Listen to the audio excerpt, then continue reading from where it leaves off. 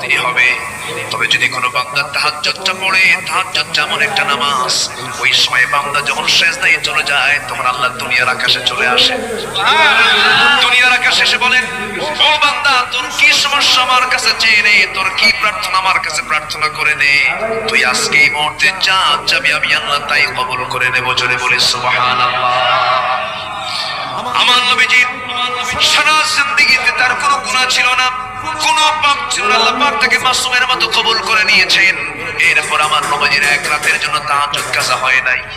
আমার নবীজি এত পরিমাণ তাহাজ্জুদ নামাজ পড়েছেন, গোটা রাত রুকুর মধ্যে চলে গেছে, গোটা রাত সিজদার মধ্যে চলে গেছে।